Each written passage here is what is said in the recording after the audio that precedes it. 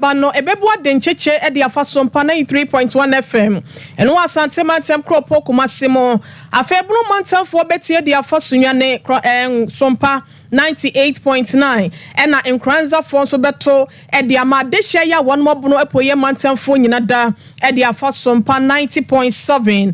ensemwa eba no de obeti bie wo mo no eni se adwumayefo ya wo ye adwuma wo mortuary wonom ye wadwen se na wo the strike hihye sonso no wonom asa atwe asensemu nkomobo wo ha se no mu aye ne mu nyina ebetwetwe sanso ena enei Oliver Baka wane ne nkrofo bi ye okoye demonstration no Quarto ama wonum remind ya emunsem nyina da yede eba bedan wo na abusia ene ye kase ya ye John Roman Mahama so edna no atomu wa asemi a wo kire se de niema esi ekọ ne de enye ne kwan so wo eye demonstrators a enne wakudi nsenseme wo aban mu no ensem kroya ho aka ho bi ama Amnesty International fo so de wano atomu bi di ensem na wo se de akire amansan enufrafo nkabom koya wo my Ghana mu asenom enso de kokobo emu oban Ghana sa nhwe ye be kakra yenso ye bekra de eframa hodo so ansana yenye de eni etie etime de dwuma na kane chief of defense staff enso de atoja se Galamsey ne betimi etu ase a enya asrafo ene betimi de wonom ayo emunchiremu ene ensama hodo eka ho no ye de ba bedan mo ECJ adwumako no ene panyi kwanchirefo ya wotua ne yewradu big ye kasa ya wose wa resign de afre adwumani mu emunchiremu ya de a aba ama ene yesi duebu a yebo bipon mu ntini panyi bi nso animu animu ya paul ne se wonhwe na omehwe akire ebusia ensem bi kan yenom ho ena ene enwumre mo sonfo ohene ire mame akua yeboa esiama bronya matanse a medema no begu ho asewade amamo ansa na boatati abetwe so ne namba baso ansa wiase wo hwe no de so na beti hu bedwene ho onente no yemfa seda ema mizo free drink ene 5G meza no de papa pe nei wono mu apomoden ena afen so ahoden no ebehya wo ma eno so ho dawro ene ye bo achokonya bi na entime mu 21st clinic sciatica expert usisi achi ntini yes ho efa oto ase akosi wo nenti wo de ne se twetwe wo se tutu wo se ye wo ya kan wo ato dem no na no aduro wo 21st clinic ya de bia nso ya de a wosa na wakwa kopie mo nso wo South Africa ntino Zimbabwe for Swaziland for any Johannesburg ya na motie na maje wonom emma no bresem se be ya mo so betimi ebuki appointment no obesam ya de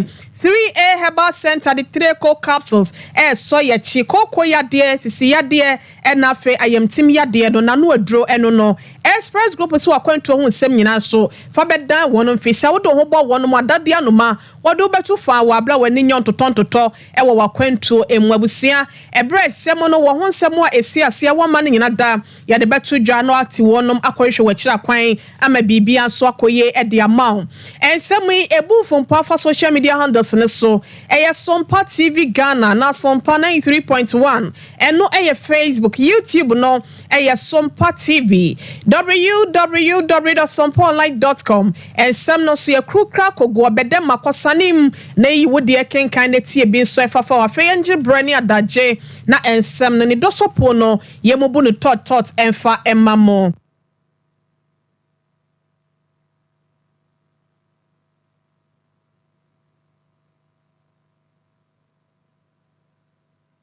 abusia no ahye no obetimi ahwe kosi se wonom so beba befa akope ne krabre no wonon kabom ko ye se wo mo de strike ahye so nanso yanti jame yanti so mo de ete ya ene se trefo panyi e de ma ye kwei ye Richard Kofi Jordan wono so e de aba betu dwase one man ekasa wako strike ne nanso no esan komodie ba ko mienu bi ya ato dwente no ye kasa ya no wonom asa atwe asensen bra no ne nsentwefo bonkomo e de afasa asem wese hu no ye ntie de ode tudwa. You have seen the effects,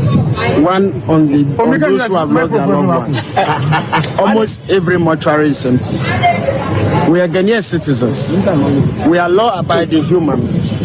We believe in our country. We are here serving God and country. The most important part is that we have rescinded our decision not to punish anybody tomorrow.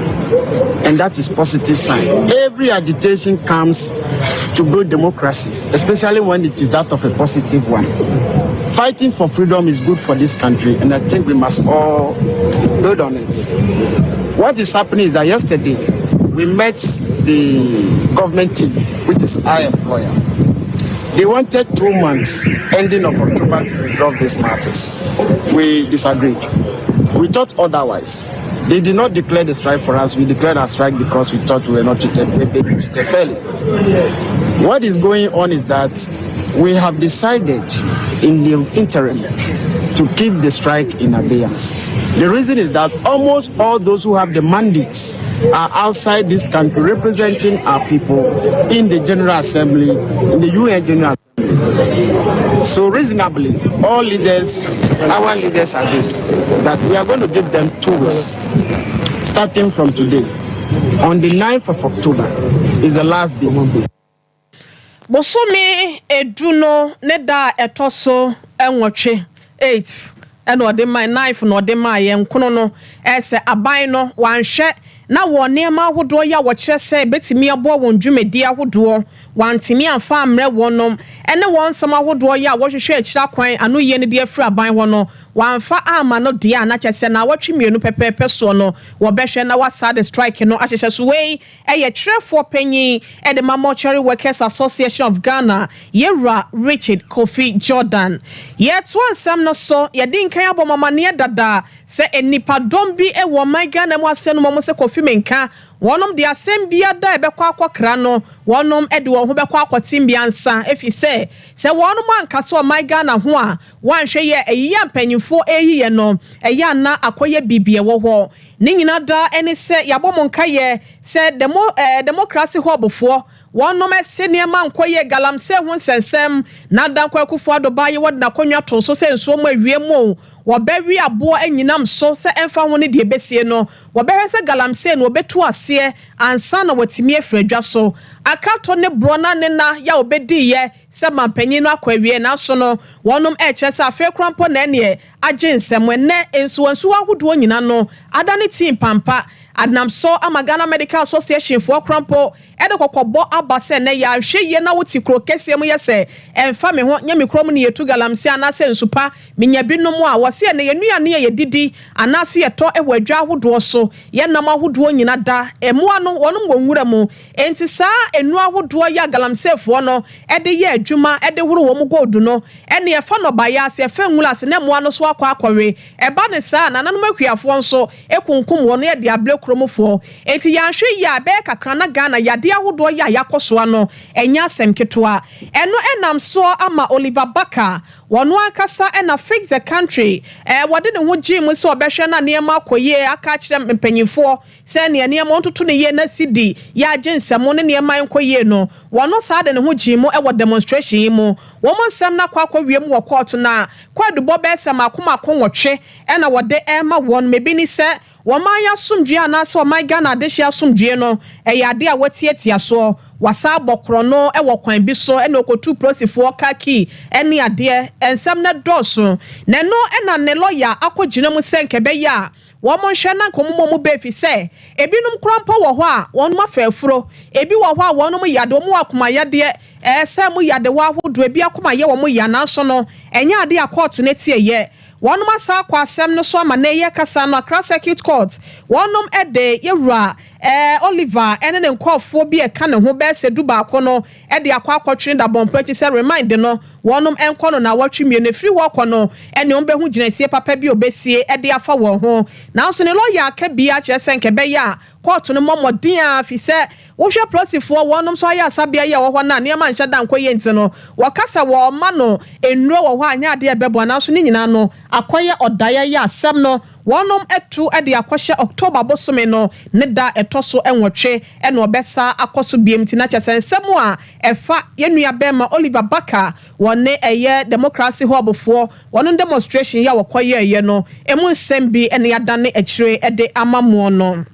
Ebusia ye kwaye nim no e wonsem kro ya ho e na ye John Dramani Mahama kane mampanyi ye ne okita Frankemu e de ama NDC chinebata amanyoko no wono so akasa se remand we pa ne court agina sie ne de emu erem ye ntie nsem a wode tudwa. Yesterday when the case were called, but 2 days ago, in the matter that we are alleging that there's a pregnant woman, before the court, counsel for that accused person never made it known to the court that one of his clients was a pregnant. But we're taking the step to verify from the police whether indeed in the statement that accused person volunteered, she indicated that she was pregnant. The answer is no. It is the duty of counsel for a pregnant accused person to make it known to the court. And the court, in deciding whether to remand or grant bail, may take into consideration that factor. Even in the advanced world, are we saying that they don't have the power to remand or grant bail? So Amnesty International and all those who are making those points, if they can point out to me personally that the court has done something untoward, perhaps we can look at it in any event. If a court even errs, granted the court has even erred, what do? You process dictates that you go after, you appeal. But those calling that as if the court has not done what's expected of it is something that I disagree. That is not right. We are a nation of law. We must go by the laws of the land. We are not saying that people should not have the right to demonstrate a constitutional right. It is a fundamental right. That also does not mean that in so doing, you should also step on the rights of others or disregard the public good or the public interest. People should take a look at Article 12 of our Constitution. We have all the rights that we enjoy, but Ebusia John Dramani Mahama na asem wo ka se ne ye nuabaka wonom so remand a court no de ama wonom ne mu orem no enti e ba sa se ye tietia wo mo fa wo de hu nsem so na ye twe na bo so no eno na enam so deputy minister edema attorney general office ono akasa na esaye eya atenten ne so afo abedi eche yewura afretua ye bo a na wo twe se sansem no yewura Mahama ene ebinom keka no nya sa na tie na mom ye wakwampa ewo ho asem bia da na se bibia besi o my Ghana bia no ye wona akwenti nya so obi asore ya no na oye ne boso asem ana se ne boso ade basa o my Ghana ha se na ya mamra ne so no ase ye mfa buo ene ne die ema ne munchiremu ene ye kɔ ekotie ye no ebusia Amnesty International wonom so ebase nipa fa ho de ho nsam so ewiase nyina da wonom so na ekasa ede fa ho bie wonom aba bonten ede wono atomo ewo ensemi ho etrese senia enema esi ekono ayeso my Ghana ye hyeda ayamna chenchenchen ede etieti amanfo fa ho de ho ensem so enu tinkebe ya amamra ye bata sa nema wese ho ene public order act ya wo pempam na afia pema henkro aduokono enan at 491 no wonom hwe na wonom enye mu nhwehwemu no omunya nsesemu wom sebe ya enipa bi wo ho na ade bi ekoso wo man ni mu wo bonyo so we tete wonom fa ho de ho nsem no ka so obesore agina se mra no so be wenten wonom a ebasa na nya ne kwan no country director Edma Amnesty International Ghana Genevieve and our friend Central for Shemwa what in some way say tuja. All around the world, the right to protest is under attack, and that is why Amnesty International launched its campaign Protect the Protest to engage with security forces and protesters alike on the right to protest. Several Ghanaians took to the streets on 22nd and 23rd September to demand the government to do something about the crucial issue of Galamsey illegal mining, which is currently dirtying our water bodies and causing serious health issues in several communities. That is why Amnesty International Ghana has come out to condemn the current unlawful actions by the Ghana police regarding the detained protesters of the Stop Galamsey Now and the Reoccupied Julobi House demonstration. Both protesters and non-protesters are being held in several police stations across the country without access to basic human rights as we speak. What was their crime? To call the government of Ghana to take immediate action against illegal mining that has destroyed our water bodies and caused alarming health-related problems in several communities.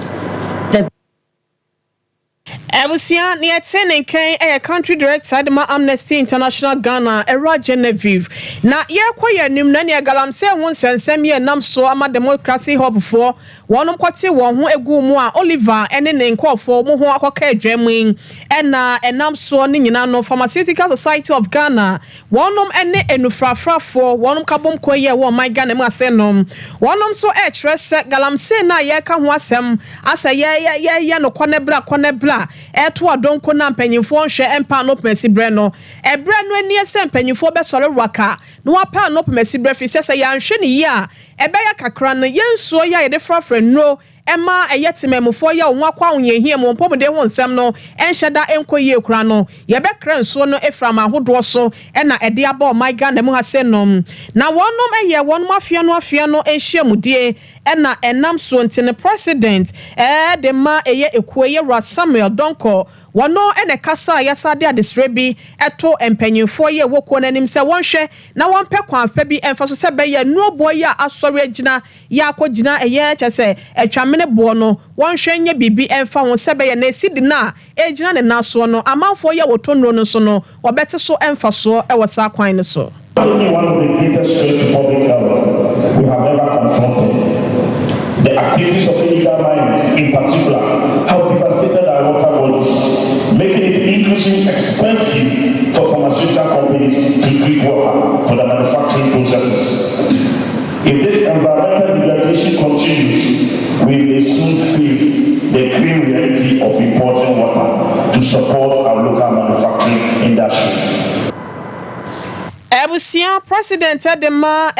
Pharmaceutical Society of Ghana Yera Samuel Kwao Donko ene etie no no na ne nsem no achi no fotofo de ma ban no efa pomde ho nsam so Yera Dr. Anthony Siasari wono so kasa ya de Tresa Galamsey no wonom so emra wo mem hase no monte no wo ba be sore rwakase de be ya empanyifo ahodo nyina no ebesomo na watimi apa no pemesibre na wo Tresa wonsomo no woni nipa nyo ba akofo na kire danfo nte no amanyofo enka wontire empam ho na nanom aktan konwa bedwan so e wasase ya mpempi na no mo na dan edema Galamsey fo no so no wonom so ensoro nya wo afam de sebe ya nyina no enkakran kakra ye betimi ahwe ne etu sa wo ha we say ase. Laws which are in this country,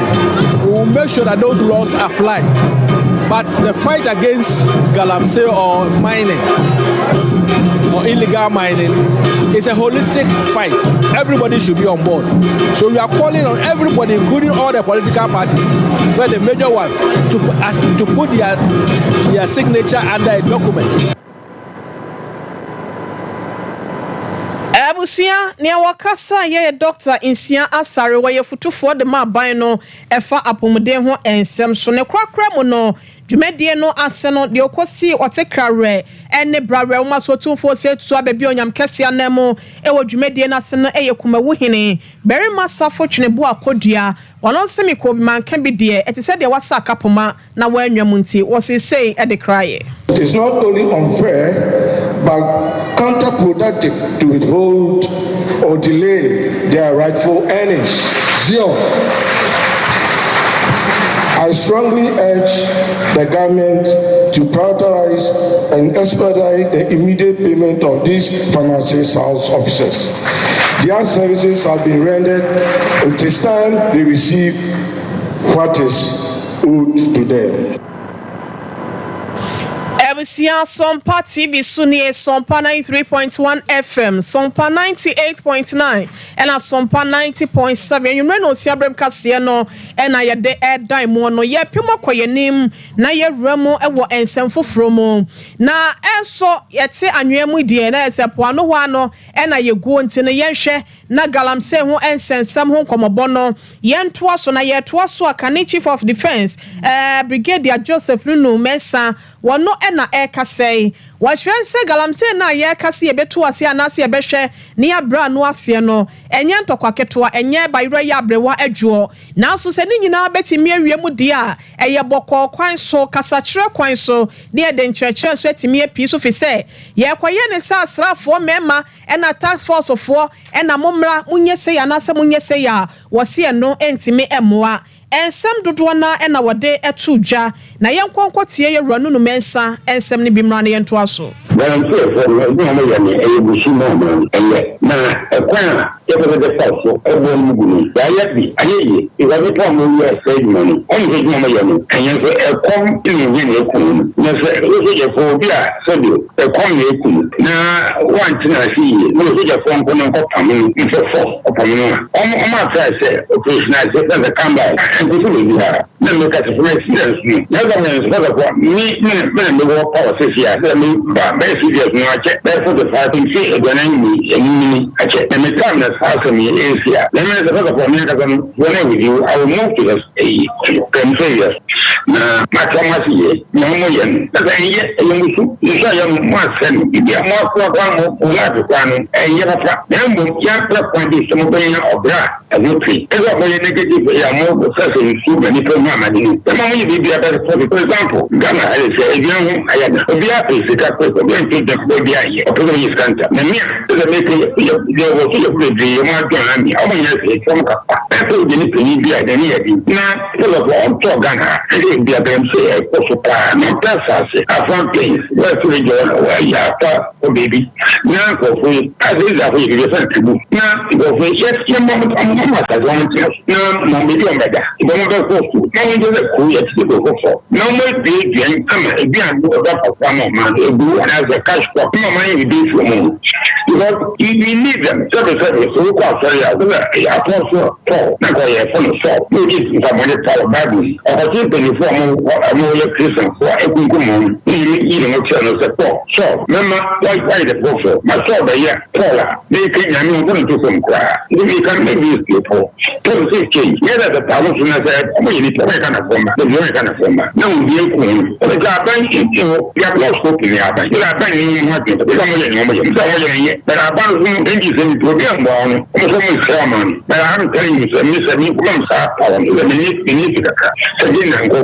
down Martin. I'm going to go there, sit down with them. You may even say, no, woman, you say a muffin, yeah.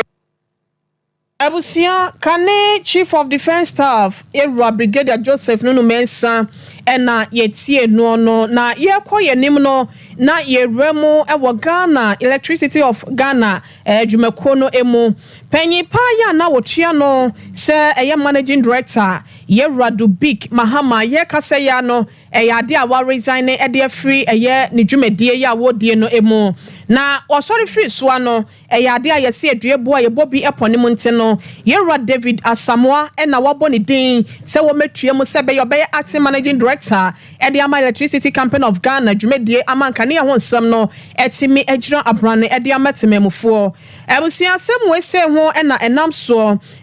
panyi pa ya wono wo ye bo chairman e de ma EC judgmeko no ye Alexander Afenyo Markin wono ene gyina mu a wo pagya panyinsa e de no e kire ye yentie nsem a wo de tudwa e wo ne yi kire ne mu. And the entire management of ECG. We received the news of MD's resignation, and we met this afternoon at an emergency meeting. The board accepted the resignation of the managing director,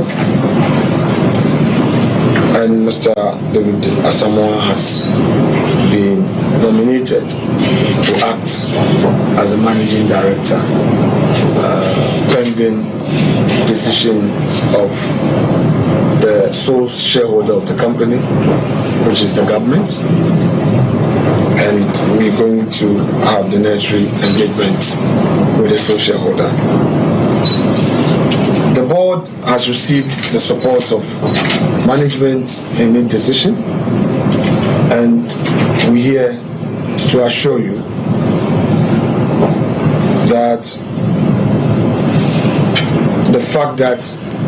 we have had changes in management will not mean that you're going to have some interrupted power supply. The entire system of the company is in place, and the company will continue to provide the essential services that it provides for Ghanaians and the country. Yera afenyo marking wano and a board chairman Edema Electricity Company of Ghana and yetie no as and a cassaning in an yera do big Samuel Mahama ya wa sorry free ne dwaswa ye de ras David Asamoah ababeshe anemono and anawo kasa ede atudwane se we ya na chese wonom nya krata na select ntina wo se wonom so etimi ede betu dwasa no mpo bi ema no ehye na nemu na yera Samuel Mahama do big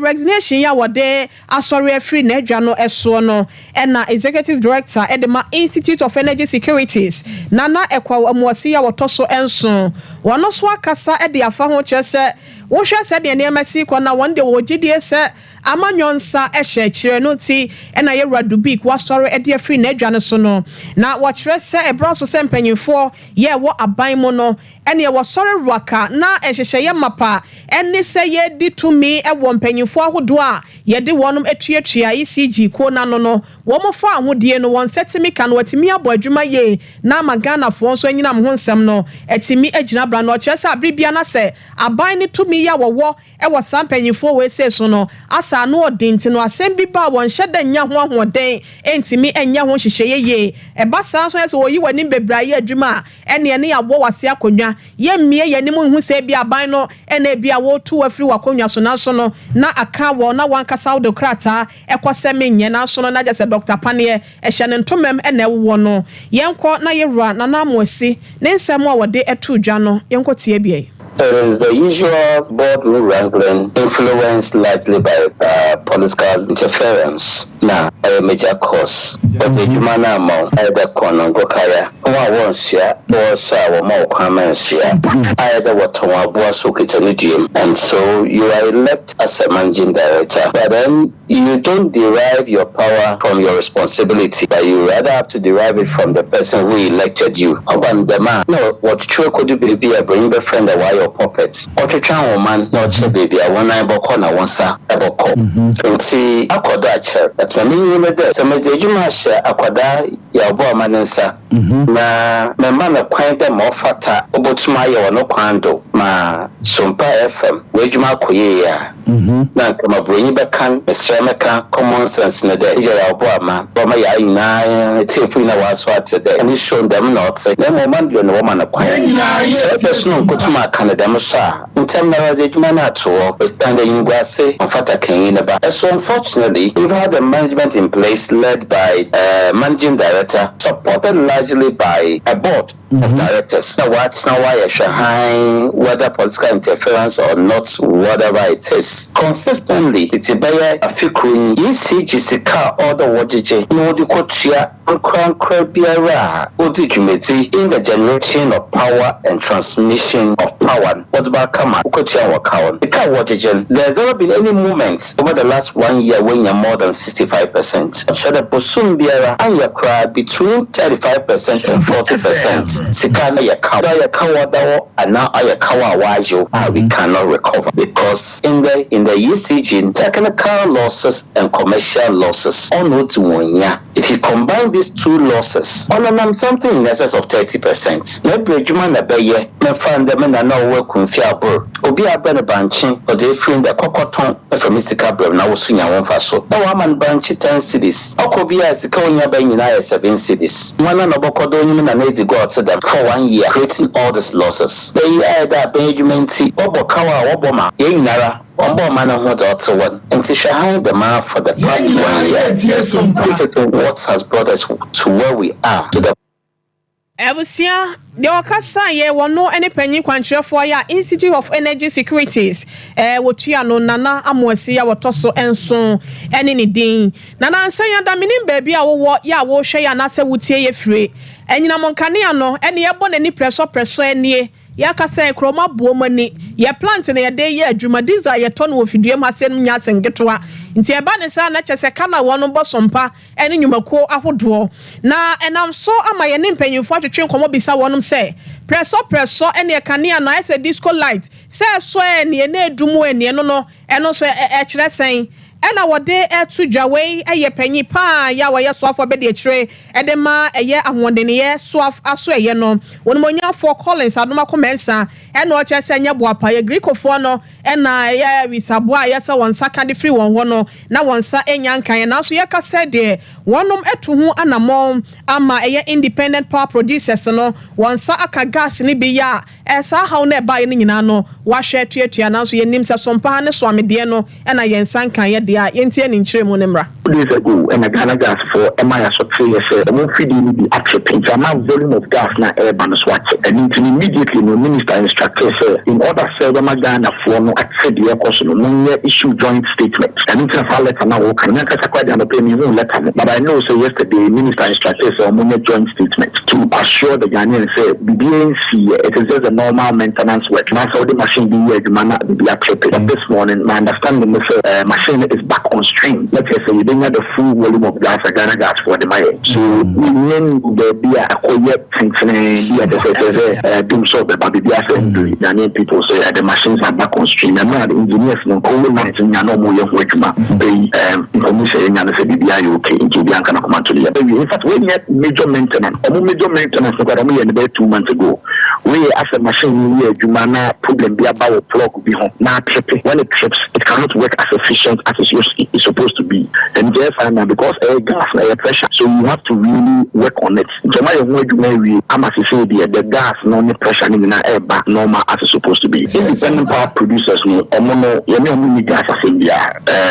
more the fuel to power their machines the gas as this is specific to Ghana gas it has nothing to do with independent power producers a kind energy sector there it is not a net measure here it's been a long-standing issue the admin at any point in time to make sure say ordinary revenues will be clear this so clear when so that say renegotiation is also IPPs will be as I renegotiation on the contract you know sign previously confirmed by Ebusia ne okasa ye Deputy Minister of Energy on Munyan for Collins Adoma Comensa ye kwa yedim no na ye boawura na nsenya da NDC amanyoko no de eye demonstration bi ahye so ye omo say ayeye enough is enough demonstration na ne nyina no ene say wo hwe provisional voters register na wo mo kyerese ne ma nhye da enkoye ewo muntina abato badwan ma me gye mensa ene ne nkrofo ne hwe na wonom enye hwehwemu bi dia say dia tete apro wo mu no ene de enam ne kwan mu nyina no wonom hwehwe nkeka ne ma ensie ne no munye ensiesie ansa na abato no eduru so wonom etie NDC fo esufre ama wonom de abeto dwa kyerese wonom beye ensiesie no na so ne nyina na befa abefo online so ansa na wonom ye ensiesie ne nyina wi a final one na de kwa akoto aba no wono metimi de chef de mu print ama na ba bonten ebusia nanka ye kwa homa no so ne ye rajebre wono member of electoral directorate de ma NDC amanyuko no ne na twetwe nkomo de afa nsem ho se anu ye ya chese isi no de aba wo won demonstration eche no say na wogene na so ahoma no enya de a eto munyam se nso no petepete to wa hante no amna bibia wo ye koye nim ye ba ye nsaka na ye besa aba yachi ne no atoa enkomo no eso na ye free wa na ye koye Dr. Mahmoud Baumia wono ena ekita Frank emo edema eye MPP so ye amanyuko no wono so ede atudwa se MPP aban ya wono ehwe anim kwan se obeba abedi anim no woba wobehwe se wode tumi ebema eye small scale mining for no se beya ebetimi abo na mensi assembly no na wono mankasa hwe so efise won potam no eho ena ya yeto ni nte no eniema bi ekoso na enya na chese wono matu anamo entem se beya bibia so ebetimi akoye yensase ahodo ya kwan bi so no enipa bi efuntum no esai no yensu aye no soso no yetwe na bo so enai se team pampa ene niam ahodo ya wobo ade ye yadom edodom ye ne nam eye Galamsey so amafo bi esai no wono matimi ahwe ede ne nyina sikwantempom mu wode ne nseme ya tudwa wodabo ase wobra ne campaign na nai de ya wahya ase no ene dai woto nanum to bra wogire simpie ni apaso eje akasamu mining small scale mining no if done properly your mining power there should be no doubt about it. Adia panel is responsible and sustainable small scale mining. If you Ghana the gold exports are 50% almost of Ghana's exports if we small-scale mine. 1 million jobs is in the small-scale mining sector. In the idea, maybe Umantinia, idea is a member small-scale mining sector, no, a bigger small-scale mining sector to make sure they do responsible and sustainable mining.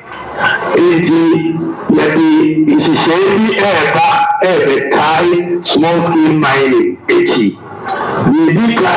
the person regularizing and license small-scale miners in the country. And licensing regime, relatively simple. Nana for licensing of any small scale, and the local assemblies too. So that we do it at the local level.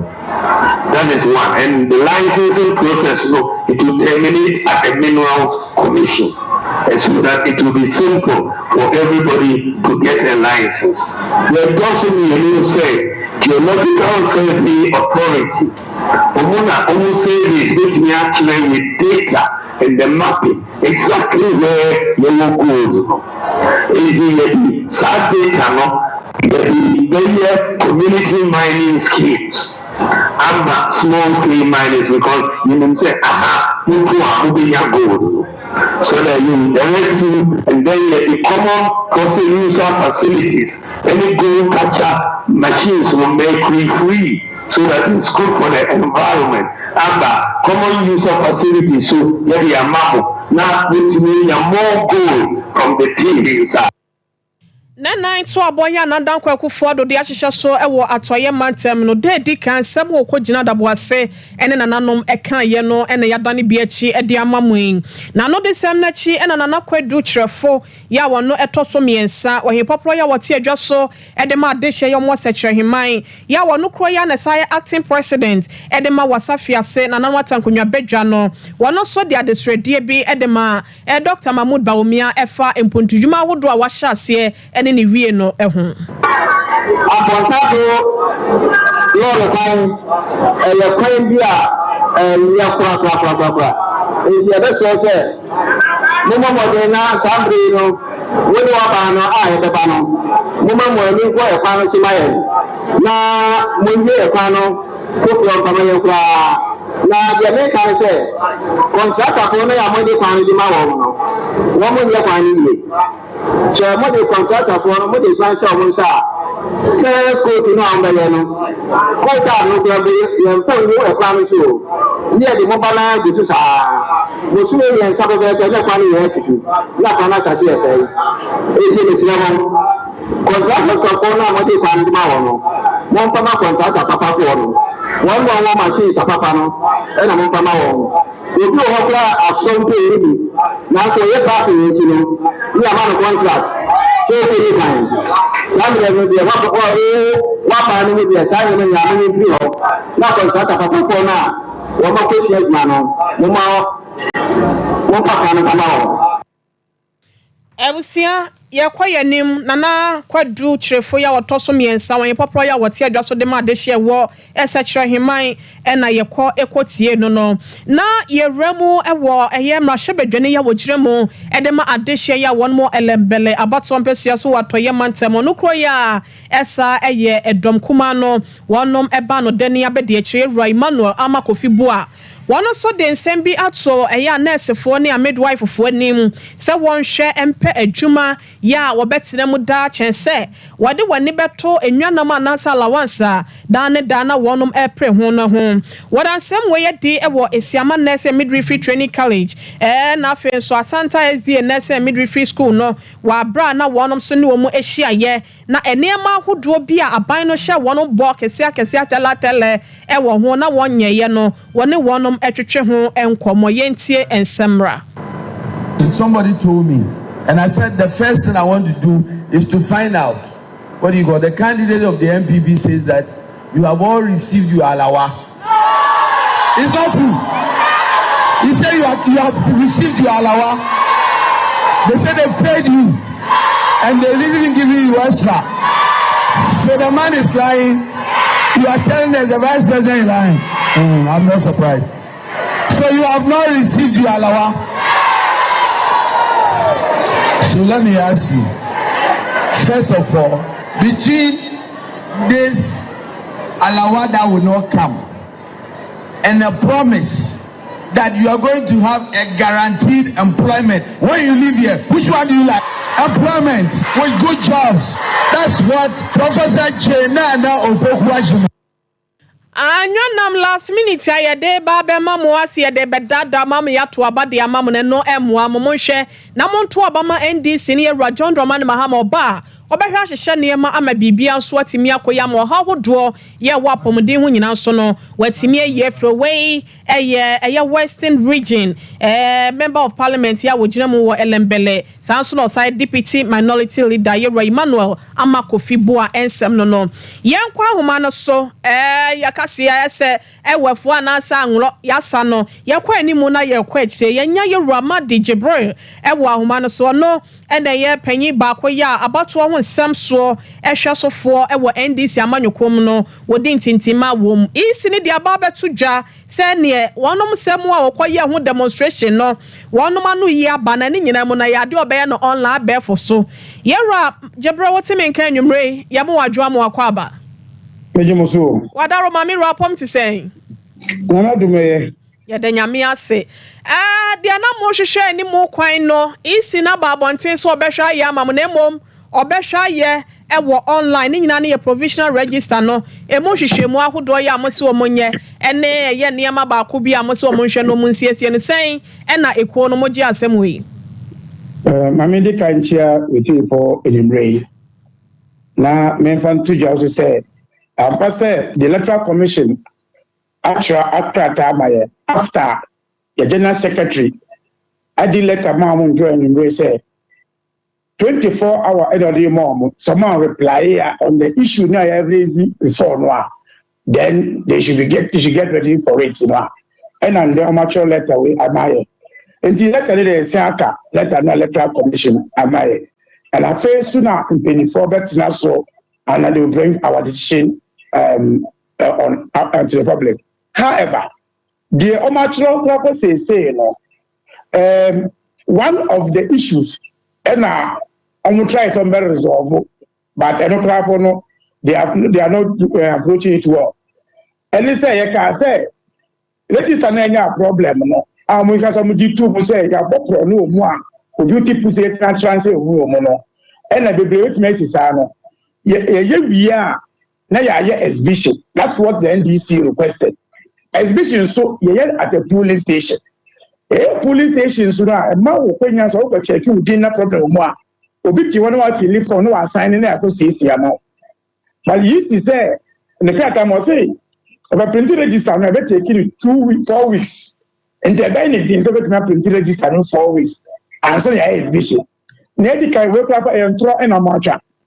In the last exhibition of year, we used only 10 days in a printing register. 10 days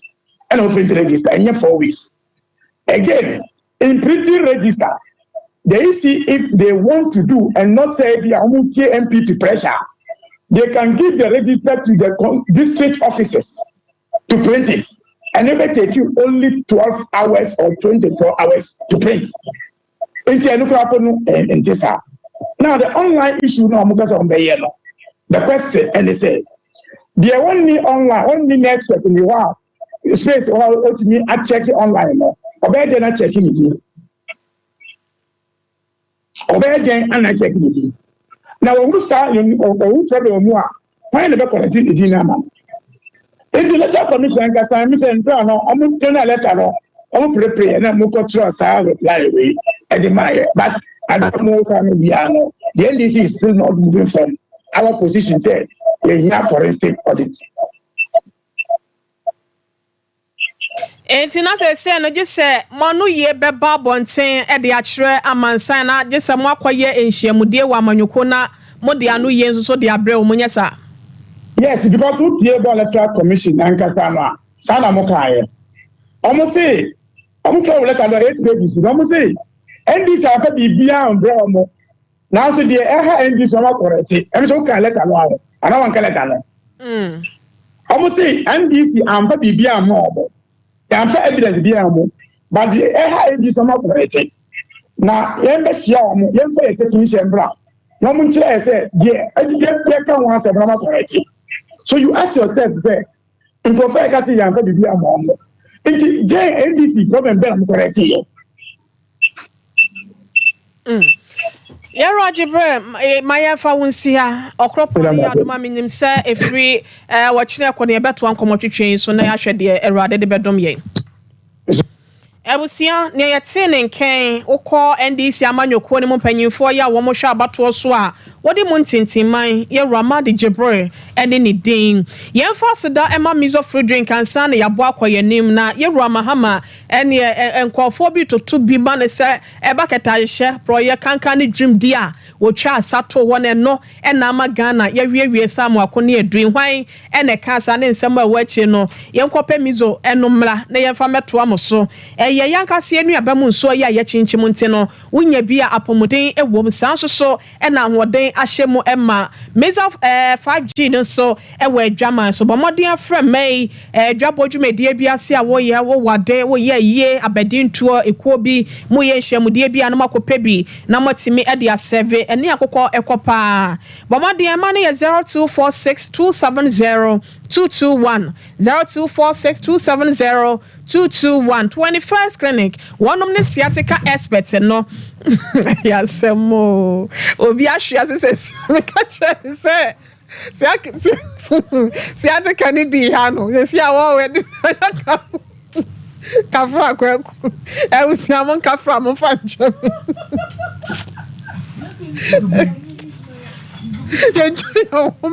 break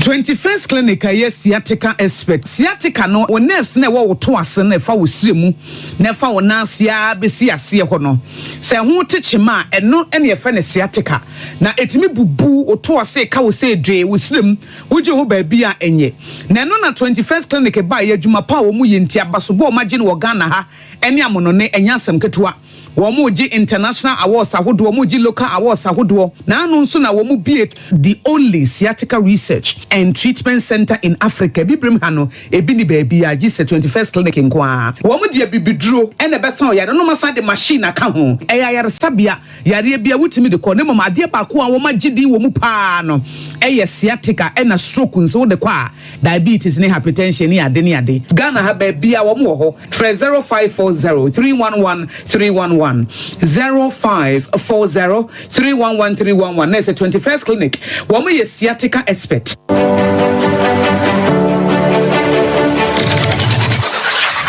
Introducing Mixer 5G Sparkling Drink, a whole new refreshment in a can. Mixer 5G is a tasty non-alcoholic drink. It is a perfect companion for all your events, including parties, weddings, and funerals. It is made with green tea, ginseng, guarana, grapes, and grapefruit. Get refreshed with Mixer 5G Sparkling Drink. For bulk purchases, contact 0246 270 221. This advert is FDA approved. Brakasa ye duabon waso a ne dwumedi wo nipadua biara pom den ene na brabo mu ne hieye pa enye brakasa nko nuaban ne haban bi te se ko nsusu a abonwono ne dia akeka ho no kura enwanunu ahodo a ekwa animu yi ankasa brakasa ne sa nuaban bi nom ne akeka bobudi afa abefo kwan so a ye de aye brakasa powder siesi nipadua na abakwa ahodo no ho ban afri mpani yade ne yade ahodo pi ho fa enkodate de ma baako freduane anopa ne anwumre anafa enkodate de ma baako woni sushie yeti anopa ne anwumre wobra wodidi awie ubenya prekese powder to King's Walk Heba ne Heroes Heba Accra Okesi Drug Lane Dani Heba Umase Mensa Takrade Mose Pharmacy ne Green Light Pharmacy Sunwane Cash and Carry Supermarket Asantwa Heba ne Bibidro Depot Techiman Sewa Heba Mampong etufo mfre 0550 19 15-14 prekese powder aduane san yedro FD ahwehwe sankratu emu agi atum sewa me hu acho me na no me bisa ekra so kwa brochu Kwaku, afei na mebeko. Menkrata krani. Eni mema connection man for den kofo sika adwane ne wanya otredidi musa no. Oh, Express Group adarumenti akwanto ayefo. Opese otu kwan kosua dia. Express Group do beko mind bi to say Canada, US, Australia, UK, and Germany. Say a tour na se visiting so a Express Group do beko Dubai, Canada, US, Australia, and Germany. Mo amopese motu kwan koye adwuma nso obetimi de wako Dubai, Qatar, and South Korea. If you also want to take international tests like SAT, IELTS, TOEFL, GRE, GMAT, they can help you pass easily. They can also help you secure a good job in the UK. You should make sure you Kumasi Asafo Labor roundabout Accra and so Omo Carnation First Light, Tema Omo Community 18 Lashabi Girl Filling Station. From Moa Macho for ISO 055-555-0067 and 0249-000448. Here in Ghana, when it comes to chicken, the good old days are back. Why? Because Boris B's Chicken, BBC, is here. Yep, give your family and loved ones Boris B's Chicken. Fresh, tasty, delicious. Boris B's Chicken is produced right here in Ghana by our cherished poultry farmers with support from the Ministry of Agric. Get whole frozen chicken, gizzard, chicken feet, chicken neck, and chicken liver for those special family meals, buffets, picnics, funerals, and all restaurants. Get Boris B's Chicken. It's halal, so everybody can enjoy. Wherever you are, call Boris B's Farms hotline 05-444-444-53. Ask for our branch that is closest to you and come get your chicken. Boris B's Chicken, BBC, proudly a Fiakoko.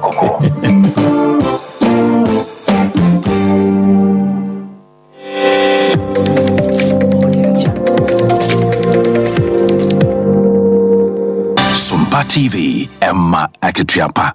Emma Aketiapa busia yadamo asia mamwanjo mon fancha se ba ma bi wo fie ha ya the video no ya hwese abetimi upload network ne ya na de esi ye ne ya yi akire mo se ateke ha ne ya ka onko hospital no de bia o de adwuma eyi ne ho ano ene sese ne mpaboa woro ho ye se otu ne na no asate ato eno na de sele ne ba ye 90 pacho wo de ne ha we ma ne nya se de esi ha ne bi bomodin na 21st 2015 branches aye bie ewo mama fana asienum nyina no obekọ massaging treatment koso sanso na laboratory test ahodo nyina bi nso ye bia won ha ya de bia no wosa ewo ho 0540311311 0540311311 ene odi Europe tour no ehye so wadru mu ewo South Africa no nti no wo Johannesburg wo Swaziland na se bia wo Zimbabwe agiabei ne book appointed doctors ne anesifo ne bi wo ho obeba abehwe nsafo ni ku ahodo ebusua ne ankrankra kwanya ne nie ema ne 0244915116 0244915116 3 Eba Center Sienkan Cho se kokwa dro tatashepa no 3A co capsules science yade ne ayemtimo dro kope bi to woni doso pomukol na keba misti heba dane heba enafe apedank ba modin agi aben ne frɛ na gi enchechemu ye si ase 0546 107 107 0546 107 opese wutu kwan dia na wani nyon totontoto obekwa akodru asomdue mo nya adwuma ye akodru baabi akoto ne ma na sa baga na hasenom anase bia wokosua de no wasomdue mo dia na ye Express Group on krabata de doso bomodin agi aben ne frɛ wonom baabi ebe won obekyerew na watimi eto na mo abasa be ye wakwanto hu nsem nyina no ebeda na akwam boko ede ama wo 0249 000448 0249000448 yet one sem no so na yewura napo wono ene franka kutani abede akirede ma osokokoko amanyoko MPP no ena wade nto abobi kwahyehyɛ so ewo ofe so bra wone ade hyehyɛ ye na wono mbɔ nkomo no ena wo kyerɛ se kwatrekwa so obema ntomo a eye tie ni den obi wo ho anani asimpu nam se tie nie na wagyae to wono oba ba yi obi de afie bi etese wo senglete e de ama no ni nsem nyina wo si super no ene se wo hwe ye Rajon Dramani Mahama ye okita frankemu e de ma NDC kyerɛ bata amanyoko na de biara da kwanya bi obenya na wagire nipadom anim anase kuo bi anim no asemu a woka de ntansa ebo MPP amanyoko ene na danko akufo ado no ene secretary shepo ye kanka dream die frakadam eya de a ekoso ye pa e MPP amanyoko no ene na memmo no emu na so o kyerese wonim ho anka ho sere ye run up kyerese na o my Ghana yatete apropa nsamo anei MPP ebo no homoden so betimi apagya yen e de akogiri eya anasa akogina kokko so no ni nyina da enam keta hyehyɛ ye John Dramani Mahama ne sa obetwa e de to ho yen konkotie ye run up se ne osisi nsam so krokro e de kyerɛ amansan abai papa o yes come the show botobo o de say ba na obi aja ho dey NDC na Dubai no na cocoa bag 475 cedis na to cocoa to sled back wa 30 but what and the cocoa bag 3,000 to sled back wa 34 I'm going now per day now per day about papa and the bar or this is a bar press obi aire e ja over so 8 years what you na do ba no e go busa do mama say fie mi nsa o fa ni power ju what you kan o say na kajare wo so do e ju o fa ni pa o say magician what na masata no magician no magician na Ebusia ye run up ena yetie no se woda no wani hwe my Ghana mu ase no mu ampempe ya no eyade a aban suapon ahodo no dodo na yade a yatotomo na no hwe ni mu kwan so obetimi ebie na nimu animu ya na so no yanka bia nhyem ye da soro ya mpanyifo ahodo ye tuatwa universities ya no e de aba beto dwa se da o muka so mo de bie school ne kura no masa atwe e de kwa akire ne no e na amanfo e ginchirechiremu e de free mpanyifo ho no e na trefo panyi e de ma vice chancellors Ghana Mami Cynthia Senakpeglo wono e de to dwa se chese enya boapayo e na wo mpese mbedi dwuma e de aba o manyu masua na ne nyina no eye kooko ahodo ya wonom di ntintiman e wo eye universities ahodo no mebi te se tertiary education workers union e bi so ne eye senior staff association e wo University of Ghana ahodo no mu e na wonom strike ya wode ahyehye so no wo kyerese sempanyifo eni ho a enya ade a wondwumedie ne besi piasita ama atimi akonanim e kyerese yesiesie ayi school dan mu ana se bia wonedie hu nsem ana se bia nsuo na enyinam kane akora no se ko mpanyimfo ya no e na toto ntene se omu ni ho a no mka so mu bie eyi school no ama adesua akoso a enhyeda enkoye. Some universities were going to reopen in we're in September, I guess, and October thereabout, but many will also have reopened sometime January. Their first years will probably have come in January. We have scheduled some meetings to be able to get some information and see the way forward. Patient whenever is following, and a couple more probably will not. Absolutely not. You can't study in a dirty classroom if your washrooms are not clean. Students come all day, be at their lecture spaces all day. The lecture rooms may not even be opened. Executive Secretary Adema Vice Chancellors Ghana Mami Cynthia Sene ena yeko ekotie no yeko akowie nsem no ewo Asante Mantam so afo yeren monyafo Simon Semensan so diemu wɔkyerɛsɛ wohwɛ ko ahodoɔ yɛ wɔ Mike na mu ase no ba amanyo semu a wɔnom de mu ntintinman ya wɔbo homɔden ɛba sɛ yɛ mɔmpontodwuma ahodoɔ ma de hye so wɔ ho entimi ento wɔnom na yɛdie entimi mɛwo aboboa no de a na wuyi MPP osukokroko amanyoko esi nkyɛn na sɛ wuyi na kwafiri mu a ɛnya ade ebeye wɔkyerɛsɛ no nti no aban we sei ade yoye ya wayɛ ya wɔbɔ mpontodwuma ɛne NDC de ya wɔbɛhyɛ aseɛ watimi aba bewie ɛne de wankasa hyɛ aseɛ mpo a wogu so a wɔyɛ no ɛyɛ ade a ɛno ho nti no wɔnhwɛ so na wɔnto aba ɛma ɛyɛ Yewura Mahmoud Bawumia ɛne MPP amanyoko no dom nyina sɛ bɛyɛ a sample ntujuma no betimi aba betoa so na NDC amanyoko ya wakasa dodododo no ete se wo ba bia se bia so na ataro so no se wo kan nsem a wo mekire Asante Mantam asenom empuntujuma bia wo hya ase a wankasa wotimi ewie yansa na wo fra ban mu Asante Mantem. Nukre wɔ se. Yes, I'm at 12 December.